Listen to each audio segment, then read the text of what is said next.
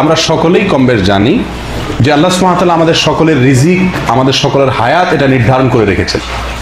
ঠিক না ঠিক?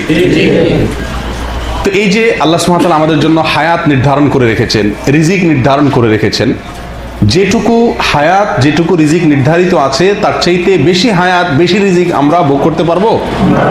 আল্লাহ সুবহানাহু ওয়া তাআলা বলেছেন, ওয়ালাই ইউআখিরুল্লাহু নাফসান ইযা জাআ আজালুহা ওয়াল্লাহু খাবীরুম বিমা তা'মালুন। মানুষের যখন সময় এসে যাবে তখন এক বিন্দু পরিমাণ লেট করা হবে না, তখনই তার দুনিয়া থেকে চলে যেতে হবে। তাহলে বোঝা গেল আমাদের হায়াত এবং আমাদের জীবন এগুলো আল্লাহ সুবহানাহু ওয়া তাআলার পক্ষ থেকে কি হায়াত, জীবন নির্ধারিত। রিজিকও আল্লাহ সুবহানাহু ওয়া তাআলার পক্ষ থেকে নির্ধারিত। নবী সাল্লাল্লাহু আলাইহি সাল্লাম বলেছেন, সহিহ হাদিসে আসছে যে একটি শিশু যখন মাতৃগর্ভে 4 মাস বয়স হয় গর্ভের, তখন আল্লাহ সুবহানাহু ওয়া তাআলার পক্ষ থেকে একজন ফেরেশতা আসেন, আল্লাহ একজন ফেরেশতাকে পাঠান। এই ফেরেশতা এসে ওই শিশুর মাঝে রূহ ফুৎকার দেয়। রূহ কি করে? ফুৎকার দিয়ে থাকেন।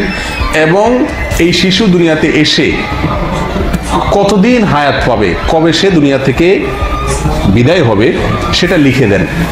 এবং আরো লিখে দেওয়া হয় যে এই শিশু পৃথিবীতে এসে কতটুকু পরিমাণ কি রিজিক ভোগ করবে, কি আমল করবে,